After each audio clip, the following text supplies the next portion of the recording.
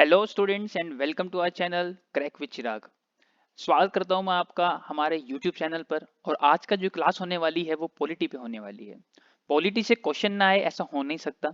और जितने भी एसएससी के अपकमिंग एग्जाम्स हैं, जैसे कि एक तो सीजीएल आपका एग्जाम आने वाला है और एक एमटीएस एग्जाम आने वाला है, उसमें आपको पॉलिटी से क्वेश्चन मिलेंगे ही मिलेंगे। तो जो आज का टॉपिक रहने वाला है वो हमारा टॉपिक होने वाला है कहीं ना कहीं हमारा मेकिंग ऑफ कॉन्स्टिट्यूशन पर। अब मेकिंग ऑफ कॉन्स्टिट्यूशन के अंदर हमें पढ़ना यह है कि हमारा कॉन्स्टिट्यूशन बना कैसे है, किस किस सोर्स से बना है, और उस टाइम पे क्या क्या कमिटियां हुआ करती थी और उनके चेयरमैन क्या हुआ करते थे। जैसे पहला आपका टॉपिक आ जाता है यहाँ पर कमिटी एंड चेयरमैन। सीधा और डायरेक्ट सवाल पेपर में पूछा जाता है कि कमिटी कौन सी है और उसके चेयरमैन कौन थे। तो हम एक बार इसको डिस्कस कर लेते हैं और चीजों को समझ लेते हैं। जैसे मैं बात करूंगा ड्राफ्टिंग कमेटी की, तो सबसे पहला सवाल तो यही इससे बन सकता है कि ड्राफ्टिंग कमेटी का गठन कब हुआ। तो आप उस टाइम पे बताएंगे कि सर 29 अगस्त 1947, 29 अगस्त 1947 को इसका गठन कर दिया गया था, इसे ऑर्गेनाइज कर दिया गया था। पर उस टाइम पे ड्राफ्टिंग कमेटी का चेयरमैन किसे बनाया गया, तो आप बोलेंगे डॉक्टर अंबेडकर जी को। ठीक है ना। किसको बनाया गया? डॉक्टर भीमराव अंबेडकर को। आगे हम अगर बात करें प्रोविंशियल कॉन्स्टिट्यूशन कमिटी, कमिटी इधर लिखा नहीं है बट आगे आप कमिटी खुद लगा लीजिएगा। प्रोविंशियल कॉन्स्टिट्यूशन कमिटी के जो चेयरमैन थे उस टाइम पे सरदार वल्लभ भाई पटेल थे। आपको ये सेम नाम सरदार वल्लभ भाई पटेल जी का advisory committee for fundamental rights, minorities and scheduled tribes ST, Sardar Vallabh Bhai committee जो है, ये वाली कमिटी भी सरदार वल्लभ भाई पटेल ने ही इंट्रोड्यूस करी थी। बात कर लेते हैं union powers committee, states committee, union constitution committee. इन तीनों कमिटीज के जो चेयरमैन थे आप पाएंगे कि ये जवाहरलाल नेहरू ही थे। तो ये तो बहुत इजी हो जाता है। और जहां तक हमें लगता है कि पेपर में यहां से सवाल बहुत कम बन सकता है, क्योंकि तीन कमिटीज का एक ही अध्यक्ष होना, एक ही चेयरमैन होना, तो सवाल वहां से थोड़ा सा कम पूछा जा सकता है पेपर्स के अंदर। अगली की बात कर लेते हैं which is rules of procedure committee, जो कि थे हमारे परमानेंट मेंबर। आपको पता ही है परमानेंट अध्यक्ष किसके, किसके परमानेंट अध्यक्ष हमारी कैबिनेट मिशन के उस टाइम पे, वो थे डॉक्टर राजेंद्र प्रसाद। हमारे फर्स्ट प्रेसिडेंट कौन थे इंडिया के, आप बोलेंगे डॉक्टर राजेंद्र प्रसाद। ठीक है ना। तो इनसे तो बहुत फैक्चुअल क्वेश्चन बन सकते हैं। बात कर लेते हैं स्टीयरिंग कमेटी की, तो स्टीयरिंग कमेटी के भी डॉक्टर राजेंद्र प्रसाद ही आपको चेयरमैन दिखेंगे। ठीक है। इंपॉर्टेंट है फंडामेंटल राइट सब कमिटी, है ना, एक फंडामेंटल राइट सब कमिटी थी। ठीक है। उसके देखो यहाँ पे कंफ्यूज हो सकते हैं दो में, है ना, जैसे एडवर्सरी, है ना, जो जैसे advisory committee for fundamental rights, एक यहाँ कंफ्यूज हो सकता है बच्चा, और एक फंडामेंटल राइट्स सब कमिटी में कंफ्यूज हो सकता है। ठीक है। तो जो सब कमिटी है वो कौन भैया, कौन थे उनके चेयरमैन, वो थे जेबी कृपलानी जी, है ना, जेबी कृपलानी जी। बट अगर वही बात करें advisory committee for fundamental right की, तो आप बोलेंगे उसके कहीं हद तक थे सरदार वल्लभ भाई पटेल। ठीक है। Let's move on on next slide. ठीक है, हम अगली स्लाइड पे बढ़ते हैं और हमारे कुछ फैक्चुअल क्वेश्चन यहाँ पूछ सकता है पेपर्स के अंदर। ठीक है। तो पहला क्वेश्चन तो ये है कि टेम्परेरी चेयरमैन कौन थे हमारे, कहीं ना कहीं जो भी हमने कॉन्स्टिट्यूशन हम बनाना चाह रहे थे उस टाइम पर, उस कॉन्स्टिट्यूशन असेंबली के टेम्परेरी चेयरमैन कौन थे। तो आप कहेंगे सर ये थे सच्चिदानंद सिन्हा। ठीक है, सच्चिदानंद सिन्हा। अब सच्चिदानंद सिन्हा ये बने तो थे, पर कौन सी सेशन थी, कौन सी हमारी मीटिंग उस टाइम थी, तो आप बोलेंगे ये थी सर 9 दिसंबर, 9 दिसंबर 1946 वाली मीटिंग। क्योंकि इस टाइम हम कॉन्स्टिट्यूशन असेंबली को हमने बनाया है और यहीं पर हमने पहली मीटिंग करी है 9 दिसंबर को, और उसके टेम्परेरी चेयरमैन बनाए गए सच्चिदानंद सिन्हा को। बट 11 दिसंबर को 1946 में हमने अपना परमानेंट कॉन्स्टिट्यूशन असेंबली का परमानेंट चेयरमैन चुन लिया, जो कि थे डॉक्टर राजेंद्र प्रसाद। ठीक है।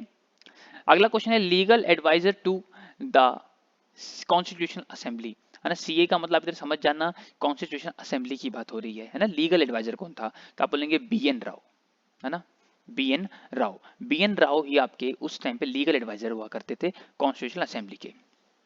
अगर मैं बात करूं कि आपका original constitution handwritten English में किसने लिखा है, तो आप बोलेंगे प्रेम बिहारी नारायण ने, प्रेम बिहारी नारायण ने। ठीक है। और अगर बात करें कि बनाया किसने है, तो आप बोलेंगे none other than Bhimrao Ambedkar ji, B R Ambedkar. ठीक है। इनका बहुत बड़ा हाथ है हमारा कॉन्स्टिट्यूशन बनाने में। But handwritten in English किसने लिखा है, तो आप बोलेंगे प्रेम बिहारी नारायण डे। नोट पढ़ लेते हैं, नोट में क्या है, the preamble has been amended only once so far and in 1976 42 second 42nd constitution amendment act.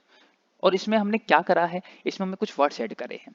आज तक हमारे प्रियम्बल प्रियम्बल ये वही प्रियम्बल है जिसके कॉन्सेप्ट तो हमने यूएसए से लिए हैं, बट जिसकी लैंग्वेज ऑस्ट्रेलिया से ली है। ये वही प्रियम्बल है जो हमारा जवाहरलाल नेहरू ने इंट्रोड्यूस करा था। ये वही प्रियम्बल है जिसमें आज तक अभी तक एक ही बार अमेंडमेंट किया गया है, एक ही बार संशोधन किया गया है, जो कि इन ईयर 1976 में किया गया था। 42वां संशोधन था ये, जिसमें कुछ वर्ड्स ऐड करे थे, सोशलिस्ट, सेक्युलर एंड इंटीग्रिटी। ये इन वर्ड्स को ऐड करा गया था उसमें। ठीक है, ओके क्लास, आगे बढ़े। चलिए आगे बढ़ते हैं। अब कुछ फैक्चुअल क्वेश्चन हमारे ही कहीं हद तक अमेंडमेंट, मतलब अमेंडमेंट्स हो गए, कॉन्स्टिट्यूशन हो गए, बस कॉन्स्टिट्यूशन में क्या क्या अडॉप्ट कर लिया, क्या ना कब कब अडॉप्ट करा, वो इंपॉर्टेंट है, वहां सवाल आ जाता है। जैसे पहला है नेशनल फ्लैग, हमारा तिरंगा, जो कि 3:2 के पेरीमीटर में होता है। ठीक है, तो आपको ये भी इसके डायमेंशन भी याद रखनी है, 3:2 में सर होता है। इसको डिजाइन किसने किया, इसको डिजाइन पिंगली वेंकैया ने किया, जैसे कि आप देख सकते हैं पिंगली वेंकैया। और इसको अडॉप्ट किस कब करा भैया हमारे कॉन्स्टिट्यूशन ने, तो उसे अडॉप्ट करा गया 22 जुलाई को और 1947। आप ईयर भी याद रखेंगे एंड डेट भी याद रखेंगे, क्योंकि आजकल पूरी प्रॉपर डेट पूछी जा रही है पेपर में। बात करते हैं प्रेम्बल। प्रेम्बल को अडॉप्ट कब कर लिया हमने, प्रेम्बल को तभी अडॉप्ट कर लिया था जब हमारा संविधान बनके एकदम भैया तैयार हो गया था, है ना। इस टाइम पे जो हमारा कॉन्स्टिट्यूशन था, जो हमारा संविधान था, वो भी बनके तैयार हो गया था। ठीक है ना, संविधान हमारा यहीं बनके तैयार हो गया था 26 नवंबर 1949 को। अच्छा, एक्चुअल में अगर कोई क्वेश्चन आ जाए कि संविधान को बनने में कितना टाइम लगा, तो आप जवाब क्या देंगे, तो आप बोलेंगे सर 2 साल 11 महीने एंड सर 18 दिन लग गए थे।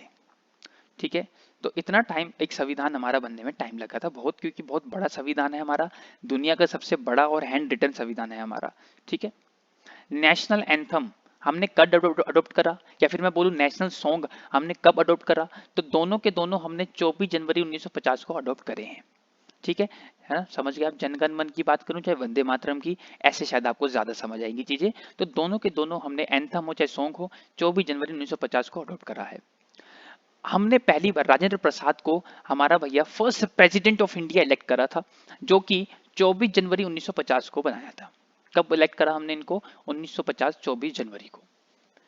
Sign the constitution by 284 members. आजकल ये सवाल बड़ा पॉपुलर चल रहा है कि कॉन्स्टिट्यूशन पर कितने मेंबर्स का साइन है एट द एंड, जब वो बन गया था। तो कॉन्स्टिट्यूशन बनने के बाद मतलब 24 जनवरी 2 दिन पहले, जस्ट 24 जनवरी 1950 को 284 मेंबर्स लोगों ने उस कॉन्स्टिट्यूशन पे साइन करा था। ठीक है, उसकी डेट आपको याद रखनी है, सिर्फ 2 दिन पहले, है ना, 24 जनवरी 1950 को। देन हमारा जो कॉन्स्टिट्यूशन है वो इनटू फोर्स कब हुआ, तो आप बोलेंगे 26 जनवरी 1950 को वो फोर्स में आया। ठीक है ना, वो इंप्लीमेंट करा गया।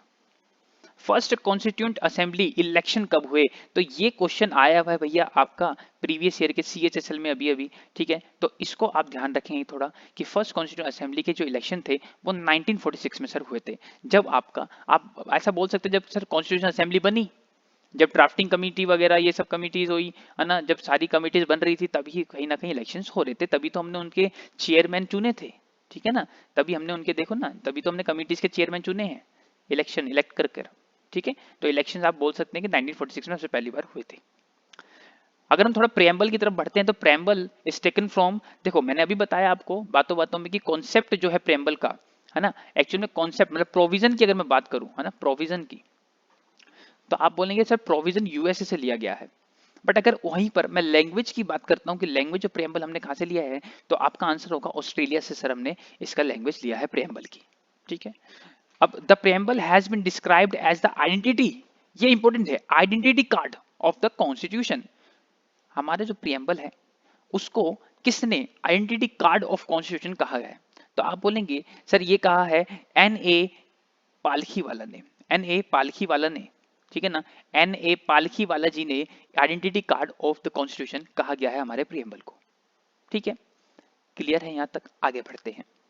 अब हम बात करेंगे सोर्स ऑफ इंडियन कॉन्स्टिट्यूशन, कि हमारे कॉन्स्टिट्यूशन, आपको पता है ये पहली बात कि हमने बहुत सारे देशों से कुछ ना कुछ उठाया है और हमारे संविधान में जोड़ा है। तो अगर मैं उसकी बात करूं तो यूएसए सबसे ऊपर आ जाता है, और यूएसए से हमने बहुत ही चीज इंपॉर्टेंट ली है, वो है फंडामेंटल राइट। सबसे पहले तो आप इसको स्टार लगा के लिखेंगे कि सर जितने स्टार लगा दो उतने कम, फंडामेंटल राइट्स इंपॉर्टेंट है और फंडामेंटल राइट यूएसए से लिए गए हैं, ये बात आप ध्यान में रखेंगे। दूसरा, आपका पोस्ट ऑफ वाइस प्रेसिडेंट है ना, वाइस प्रेसिडेंट की जो पोस्ट है, जो आर्टिकल 63 हमें बताता है, उस 63 आर्टिकल को हमने, उस प्रोविजन को हमने कहां से लिया, उस कॉन्सेप्ट को हमने कहां से लिया, तो आपका जवाब होगा सर यूएसए से, अमेरिका से। Impeachment of the president, impeachment मतलब महाभियोग, इट मींस रिमूवल, जो आपका प्रोसेस है किसका, प्रेसिडेंट का हटाने का, महाभियोग चलाने का पूरा प्रोसेस हमने यूएसए से लिया है, इस बात को ध्यान रखेंगे। कॉन्सेप्ट ऑफ प्रियम्बल, अभी अभी जस्ट मैंने बताया, कॉन्सेप्ट भैया प्रियम्बल का हमने यूएसए से लिया है, और लैंग्वेज हमने ऑस्ट्रेलिया से ली है।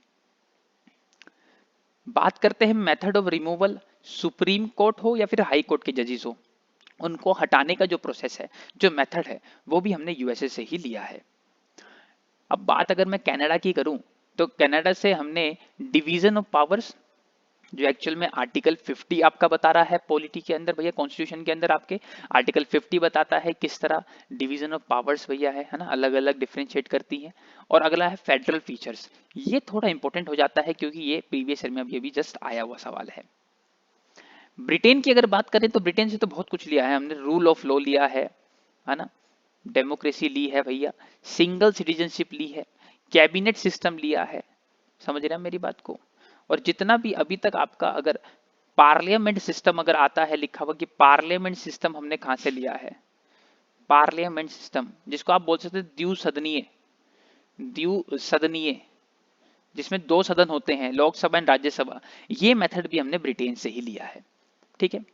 आयरलैंड से आपको चीजें दिखेंगी डीपीएसपीस, एंड आप एक इसमें ऐड कर सकते हैं कि सर मेथड ऑफ इलेक्शन है ना, method method method of election of what, of president का जो इलेक्शन का मेथड होता है ना, वो भी हमने आयरलैंड से लिया, जिसको हम सिंगल ट्रांसफेरेबल वोटिंग का मेथड कहते हैं।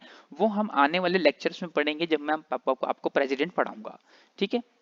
अगला फ्रांस की बात करें तो आपने कुछ वर्ड्स देखे होंगे प्रियम्बल के अंदर, वो वर्ड्स हैं लिबर्टी, इक्वालिटी और फ्रेटर्निटी। अब यही 3 वर्ड्स कहीं हद तक फ्रेंच रिवॉल्यूशंस के इर्द गिर्द घूमते हैं। जब आप फ्रेंच रिवॉल्यूशंस पढ़ोगे रिवॉल्यूशन, फ्रेंच रिवॉल्यूशन, तो आपको ये 3 वर्ड आपको रिपीट करते हुए मिलेंगे बार बार, कि लोगों की यही तो डिमांड्स थी उस टाइम पर, उस रिवॉल्यूशन को एकदम सक्सेस होने के बाद जब हमने भैया हमारा कॉन्स्टिट्यूशन बनाया, तो हमने इन 3 वर्ड्स को उधर से लिया, फ्रांस के कॉन्स्टिट्यूशन से हमने ही लिए, ठीक है, और प्रेम्बल में हमने जोड़ दिए, ठीक है। आगे हम बात करते हैं ऑस्ट्रेलिया की। सबसे पहले तो आपको मैंने बता ही दिया लैंग्वेज ऑफ प्रियम्बल, ये तो पहले पढ़ चुके हैं। नया क्या है, नया है कंकरेंट लिस्ट, इसकी जो कंकरेंट लिस्ट है हमारे शेड्यूल्स की, वो हमने ऑस्ट्रेलिया से ली है, कंकरेंट लिस्ट, ठीक है। जर्मनी की बात करें तो इमरजेंसीज हमने जर्मनी से ली हैं। 3 तरह की इमरजेंसीज आपने पढ़ी हुई हैं, 352, 356, और ये आर्टिकल्स बता रहा हूं मैं, ध्यान रखना। नेशनल इमरजेंसी होगी, स्टेट इमरजेंसी होगी, या फिर स्टेट प्रोविजन, या प्रेसिडेंशियल रूल हो गया, या फाइनेंशियल इमरजेंसी हो गई, ठीक है ना, जो आज तक हमारे भारत में नहीं लगी है, ठीक है। तो ये 3 तरह की हम जब प्रेसिडेंट पढ़ेंगे एक्चुअल में तभी मैं आपको ये सब बताऊंगा, ठीक है, बस अभी ओवरव्यू दे रहा हूं, ठीक है, इमरजेंसीज का। रशिया की अगर मैं बात कर लेता हूं, रशिया, तो रशिया से हमने फंडामेंटल ड्यूटीज ली है, जो हमारे कॉन्स्टिट्यूशन में कौन सा आर्टिकल ऑक्यूपाई करती है, वो है 51A, article 51A। South Africa, process of amendments, process of amendments, ठीक है ना, ये हमने यहां से, कहां से, साउथ अफ्रीका से लिया है, प्रोसेस ऑफ अमेंडमेंट्स, कि अमेंडमेंट हम कर सकते हैं, अमेंड हम कर सकते हैं किसी भी कॉन्स्टिट्यूशन को, ठीक है। आगे बढ़ते हैं, ठीक है। ये आपका मेकिंग ऑफ कॉन्स्टिट्यूशन आपका कंप्लीट होता है यहाँ पर, ठीक है। और इस मेकिंग ऑफ कॉन्स्टिट्यूशन से आपने जो भी सीखा, जितना भी सीखा, उस कमेंट में आप उसको बताइए कि आपका कैसा एक्सपीरियंस रहा। अगर कोई क्वेरी है, कोई डाउट है, तो आप मुझे बता सकते हैं, है ना। तब तक के लिए आपसे मिलते हैं, और उससे पहले, जाने से पहले, आप मेरे YouTube चैनल क्रैक विद चिराग को सब्सक्राइब कर दीजिए, लाइक कर दीजिए वीडियो को, और अपने दोस्तों से शेयर कर दीजिए। जो भी CGL की तैयारी कर रहा है उसको शेयर कर दीजिए। आप भी अगर CGL की तैयारी कर रहे हैं तो आप इस वीडियो को सेव कर लीजिए। सब्सक्राइब करिए और वह लाइक भी कर देना, ताकि ऐसी वीडियोस लाने में मुझे देरी ना हो और मोटिवेशन मिलता रहे। ठीक है, तब तक के लिए tata and bye bye and take care, keep learning.